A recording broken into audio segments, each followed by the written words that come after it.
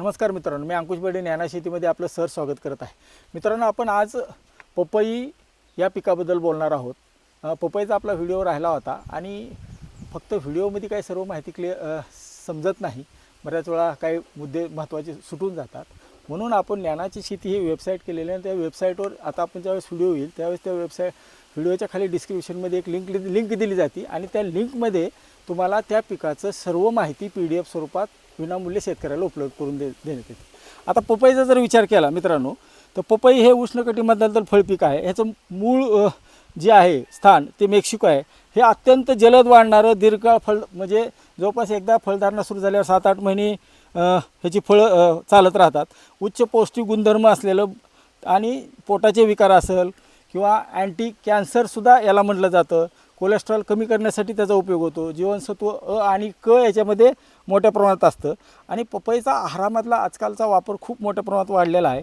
ते पपईचे काप, रस, केक, टॉफी आणि पेपेनसुद्धा काढण्यासाठी काही साऊथ इंडियामध्ये पपई लागवड केली जाते. तशी पपईची महाराष्ट्रातली लागवड बऱ्यापैकी आहे, परंतु कर्नाटक, आंध्र प्रदेश, पश्चिम बंगाल, ओडिसा, जम्मू काश्मीर, बिहार, गुजरात, हिमाचल प्रदेश, तामिळनाडू या परिसरामध्ये किंवा भारतातल्या या राज्यामध्ये मोठ्या प्रमाणात लागवड. त्यातली त्यात आंध्र, कर्नाटका हा सगळ्यात जास्त. आपल्याकडे जसं ऊसाचं पीक घेतलं जातं तसं पपईचं पीक घेतलं जातं.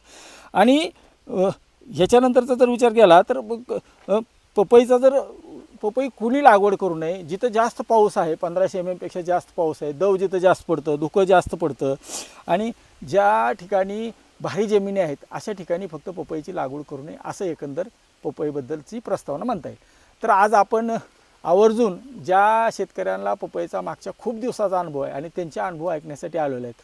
तर नवनाथराव, तुमची ओळख करून द्या. नमस्कार, मी नवनाथ गरुड, मुक्काम पोस्ट मुखई, तालुका शिरूर, जिल्हा पुणे.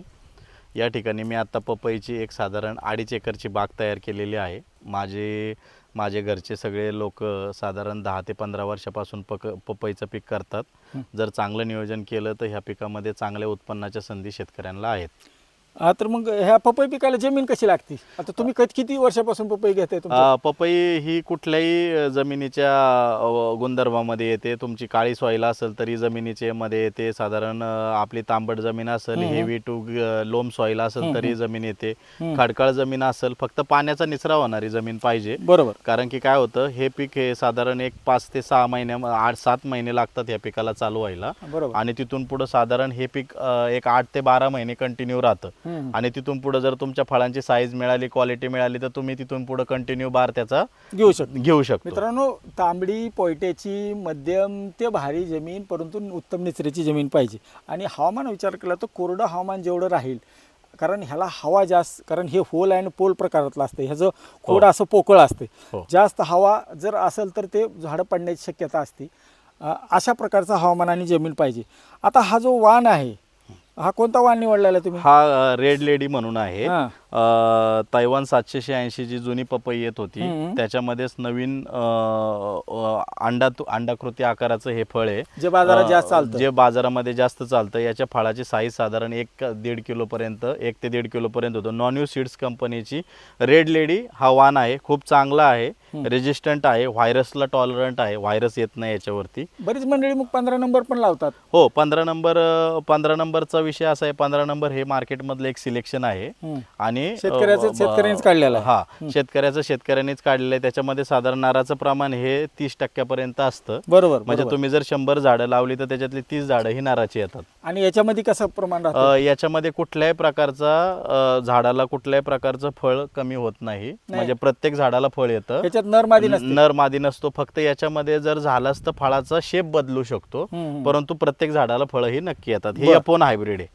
आता ह्याचा जो पूर्वी तैवान रेड लेडी जे होता 780, त्याच्याऐवजी त्यांनी पुढचा हा काढला. हो, रेड लेडी. आता ह्याची मागणी कधी जास्त असते? साधारण पपईची मागणी वर्षभरामध्ये राहते, परंतु साधारण आंब्याचा जर सीझन सोडला तर साधारण जून, जुलै, ऑगस्ट पासून नोव्हेंबर, डिसेंबर पर्यंत पपईची मागणी राहते. त्याच्यानंतर जून, जुलै, ऑगस्ट मध्ये याला प्रचंड मागणी असते बाजारामध्ये, कारण कुठल्याही प्रकारचे विशेष फळं मार्केटमध्ये उपलब्ध नसतात. ते पुढे डिसेंबर पर्यंत राहते. हो, डिसेंबर पर्यंत. थंडीमध्ये पण पपईला चांगल्या प्रकारे मागणी असते. आणि तसं तर आता हे वर्षभर चालणारं क्रॉप आहे, त्याच्यामुळं पपईची वर्षभर मागणी ही राहते. मित्रांनो, त्याच्यामध्ये जुन्या जे 2 व्हरायटी आहेत, तैवान रेड, ह्याचा गर लाल भडक रंगाचा आहे, फळं गोड असतात. तुम्ही जसं सांगितलं 1.5 ते 2 किलो वजनाचं फळ असते, फळ आखूड आणि लंबगोलाकार असते, विषाणूस बळी पडत नाही, उन्हाळ्यात चांगली मागणी असते त्याला आणि टिकवण क्षमता पण म्हणजे लांबच्या वाहतुकीत चांगला आहे. आता 15 नंबरचा जो विषय आहे, शेतकऱ्यांनी विकसित केलेला वाण आहे, विषाणूस पण व्हायरस त्याच्यावर कमी येतं असं लोकांचे अनुभव आहेत. आणि नर पण तुम्ही जर म्हणले ना, नराची संख्या जास्त असते नर झाडाची आणि फळाचा आकार एकसारखा मिळत नाही, टिकवण क्षमता कमी असते आणि रेड लेडीच्या मानाने थोडा भाव पण कमी असतो. परंतु ती बाजारात थंडीच्या काळात येते आणि त्याला जास्त मार्केट असतं, असं काय आहे का? नाही, जनरली थंडीमध्ये सगळ्याच पपयांना मार्केट राहतं. फक्त आता मार्केटमध्ये पहिली जी मोठी जाड पपई असायची तिला मागणी कमी आहे. आता फॅमिली छोट्या झाल्या, त्याच्यामुळे लोकांना 1 ते 1.5 किलो किंवा 1.25 किलो पर्यंत फळ अपेक्षित असतं. कॅप्सूल साईज जी म्हणतो आपण, कॅप्सूल साईज पपईला मार्केटमध्ये मागणी आहे आणि मार्केट ट्रेंड नुसार चेंज होणं पण गरजेचं आहे. ह्याची लागवड कधी करायला पाहिजे? आपल्याकडे जून पासून लोक करतात. हो, जून पासून लागवड करतात. आता मी साधारण डिसेंबर 15ला याची लागवड केलेली आहे. याचे फळ साधारण 15 जून ते 15 जुलै मध्ये हार्वेस्टिंगला येतील, सुरुवात होईल. तिथून पुढे तुम्ही 12 महिने कटिंग त्याची करू शकता. पण जून पासून ऑक्टोबर पर्यंतच्या लागवडीला तेवढा दर मिळत नाही आणि जी तुम्ही आता जानेवारी फेब्रुवारी मध्ये जी लागवड करता, बरोबर, त्याला पुढे चांगला दर मिळतो आणि याला व्हायरस पण कमी येतो असं लोकांचं म्हणणं आहे. रेट हा विषय मार्केटच्या डिमांड आणि सप्लाय वरती डिपेंड आहे. म्हणजे व्हायरसचा प्रादुर्भाव आताच्या लागवडीला तुमच्या लागवडीला येत नाही आणि व्हायरसचा एक विषय असा आहे, जर तुम्ही सकिंग प्रॉपरली कंट्रोल करू शकलात, म्हणजे रस शोषणाऱ्या किडींवरती तुम्ही नियंत्रण मिळवू शकलात, तर व्हायरस हा काही मोठा पार्ट नाही राहते. आणि जरी एखाद्या झाडाला व्हायरसचं प्रमाण आलंच तरी त्याला फळांची संख्या पहिली आलेली असते, त्याच्यामुळे विशेष असं शेतकऱ्यांचं नुकसान होणे असं काय नाहीये. फक्त फळाच्या क्वालिटीवरती थोडेसे प्रश्नचिन्ह उपस्थित होतात. आणि लागवड किती अंतरावर करता? लागवड आता मी जी केलेली ही 10x5 वर केलेली आहे. पण जनरली शेतकरी 8x5 वरती किंवा 7x7 वरती किंवा 7x5 वरती, म्हणजे त्यांच्या भागामध्ये जी प्रचलित लागवड पद्धत आहे त्याप्रमाणे करू शकतात. मी 10 फूट लागवड करण्यामागचा 10x5चा उद्देश एवढाच आहे की मध्ये आपल्याला मशागत करता येते. बरोबर. एक फळं 5 ते 6 महिने कटिंग झाली, त्याच्यानंतर फळांची साईज जर छोटी झाली तर आपण त्याला परत बेसल डोस भरून अन्नद्रव्य व्यवस्थापन करून जर त्याला रोटर मारून बेड जर तयार केला तर ती बाग आपण एक्सटेंड करू शकतो. 1 ते 1.5 महिने, 1 ते 1.5 वर्ष एक्सटेंड करू शकतो. त्याच्यामध्ये लागवडीच्या अंतरामध्ये जर तुमच्याकडे थोडं दमट वातावरण असेल, कोरडं वातावरण नसेल, तर आपल्याला त्याच्यामध्ये लागवडीचं अंतर वाढवावं लागतं. आणि ज्या ठिकाणी तुमचा दुष्काळी भाग आहे, मध्यम जमिनी, हलक्या जमिनी आहेत, कोरडं वातावरण आहे, पाऊस फार कमी होतो, तिथं तुम्ही 7x5 वगैरे ठीक आहे, नाहीतर 8x7, 7x7, 7x7 यापर्यंत यायला पाहिजे. आणि ह्याच्यात लागवडीची जी दिशा जी आहे त्याच्यामध्ये असं 1-2 तज्ञाचं मी ऐकलंय की त्याच्यामध्ये ते काय म्हणतात,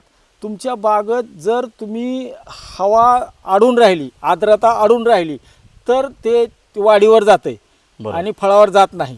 असा काय अनुभव आहे का तुमचा? नाही, जनरली शेतकऱ्यांचे क्षेत्र कशा पद्धतीत कमी जास्त असतं, त्याच्यामुळे तो त्यांचा वैयक्तिक निर्णय आहे. परंतु मी जी लागवड केली ही पूर्व पश्चिम केलेली आहे आणि ह्या लागवड राहायला नाही पाहिजे. आर्द्रता असणं म्हणजे तिथं फंगस डेव्हलप होणे, बोरी डावणीचा प्रादुर्भाव होणे, ह्या सगळ्या गोष्टी होतात. त्याच्यामुळे आर्द्रता मेंटेन ठेवणं ही आपल्याला काळाची गरज आहे.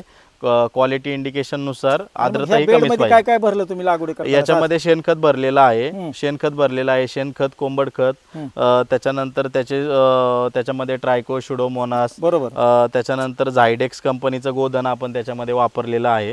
हे सगळं वापरल्यामुळे जैविक बुरशींचं वाढ. रासायनिक खतामध्ये काय काय? रासायनिक खतामध्ये निंबोळी पेंट वापरलेला आहे, 1846 वापरलेला आहे, 1026 वापरलेला आहे आणि मायक्रोन्यूट्रिएंट, झिंक सल्फेट, फेरस सल्फेटचाही वापर मुबलक प्रमाणात केलेला आहे. आणि त्याला प्लास्टिक मल्चिंग केलेलं आहे. हो, मल्चिंग पेपर जनरली याच्यामध्ये 30 मायक्रॉनच्या वरच मल्चिंग पाहिजे, त्यांनी सॉइल टेम्परेचर पण रेग्युलेट होतं आणि मल्चिंगची लाईफ पण जास्त होती. आता आपण लागवड केली, आपण बाकीची बरीच चर्चा केलेली.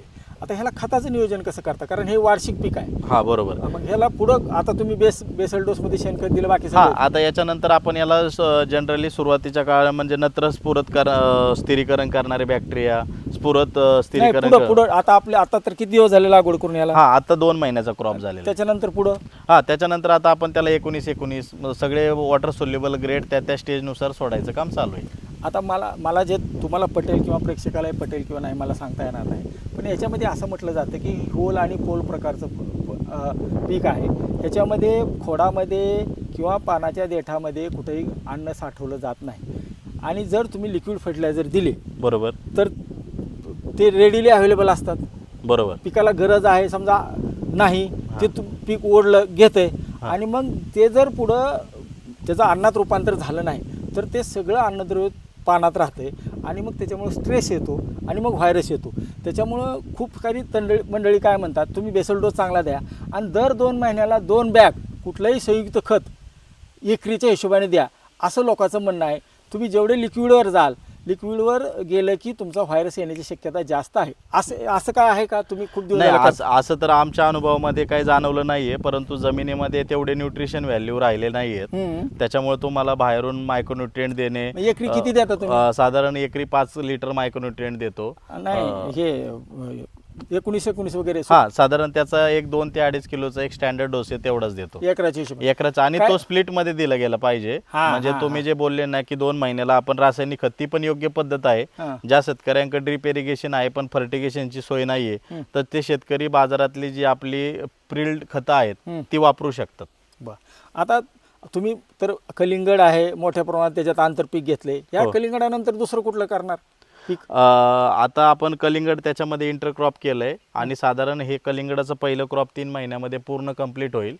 त्याच्यानंतर पण 1-2 महिन्याचा स्पेस आपल्याकडे मोकळा राहतो. त्याच्यामुळे शेतकऱ्यांनी बीन्स वर्गीय म्हणजे फ्रेंच बीन्स, परसबी वगैरे केलं किंवा राजमा केला, काळा राजमा, पांढरा राजमा जरी केला तरी त्यांना अधिकचे पैसे मिळू शकतात. किंवा परत कलिंगडाच्या बेडवर म्हणजे पपईच्या बेडवरती परत कलिंगड घ्यायचा असेल तरी पण ते शेतकरी घेऊ शकतात. आता मला सांगा, ह्याच्यात सुरुवातीला असं म्हटलं जातं की जी कर्नाटक आंध्रामध्ये जी पपई घेतली जाते ऊसासारखी आणि आपल्याकडे जसं एकदम कमीत कमी खर्चामध्ये ती लोक आणतात. बरोबर. आणि आपल्याकडे मात्र शेतकरी व्हायरसला घाबरतो, लिक्विड सोडतो, असे बरेच प्रकार होतात. मग ह्याला सुरुवातीची वाढ जनरली म्हणतात की 4 महिने हे पीक कमीत कमी वाढलं पाहिजे. बरोबर. नाही त्याचा एक भाग असा आहे की त्याला हाईट ही कमी असणं गरजेचं आहे. म्हणून लागवड करताना आम्ही झाड 45 डिग्रीमध्ये टर्न केलंय. म्हणजे ते टर्न करण्यामागचा उद्देश बघा, इथे बघा हे झाड आपण 45 डिग्रीमध्ये टर्न केलेलं आहे. याने काय होतं, झाडाला एक कर्व येतो. कर्व आल्यामुळं सायमल्टेनियसली त्याची हाईट तर मेंटेन होतेच होते, परंतु फळांची साईज जास्त मिळते, संख्या जास्त मिळते. याच्यात असं पण म्हटलेलं आहे, काही लोक असं करतात की आपण कुल्फीची काडी असते का, हा ती पाचर, ते एक 5वं पान आलं की खालून जमिनीपासून 4 इंच डायरेक्ट एक पाचर मारून ठेवायची, शेवटपर्यंत ठेवायची. कारण उंची वाढवून उपयोग नाही आपल्याला. बरोबर बरोबर. आता मला सांगा, पहिले 4 महिन्यानंतर ह्याला फुलधारणा सुरुवातीला कधी होती? साधारण हे 7 ते 8 महिन्यामध्ये क्रॉप रेडी होतं. म्हणजे तुमचे फळं तयार होतात मार्केटमध्ये जाण्यासाठी, पहिले डोळे पडतात. साधारण 4 महिन्यापासून याला फ्लॉवरिंग, फ्रुटिंग व्हायला चालू होतं. दिवसाला पुन्हा बाहेर येतात तसे रेग्युलर खालची फळं तुटत जातात, वरती बाहेर कंटिन्यू येत राहतात. त्याच्यात असं पण मी ऐकलंय की समजा तुम्ही 2 ते 2.5 महिन्याला एक फुलाचा भार येतो, बरोबर. आणि त्याच्यानंतर 3.5-4 महिन्यात ते फळ, जे फुल लागले ते फळ त्याला जवळपास 4 महिने लागतात. बरोबर. आणि मग असे ज्यावेळेस तुम्ही पुढचा बहार निघल असं वाटतंय त्यावेळेस काय पाण्याचा ताण वगैरे देता का? कारण सेटिंग तर व्हायला पाहिजे. नाही, कुठल्याही प्रकारचं पाण्याचं ताण द्यायची गरज लागत नाही. जसं खालचं फळ आपण तुटतो तसं वरती फ्लॉवरिंग येत राहतं.